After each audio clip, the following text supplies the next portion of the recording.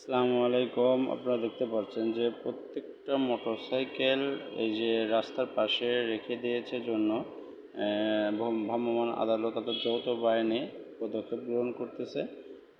সেই ক্ষেত্রে মোটরসাইকেলের কাগজপাতি ঠিক আছে কি না সেটা দেখার জন্য প্রত্যেকটা বাইক মালিককে আপনার এখানে নিয়ে এসে কাগজপাতি চেক করতেছে। আসলে ছোট শহরে যানজট সৃষ্টি করলে চলাফেরা করা সমস্যা হয়ে যায়, সেটা আসলে সবাই বুঝতে পারে। কিন্তু এটা হচ্ছে গিয়ে যে আপনারা এই যে আমার এক বড় ভাইয়ের কাগজপাতি দেখতেছে যে কাগজপাতি ঠিক আছে কি না।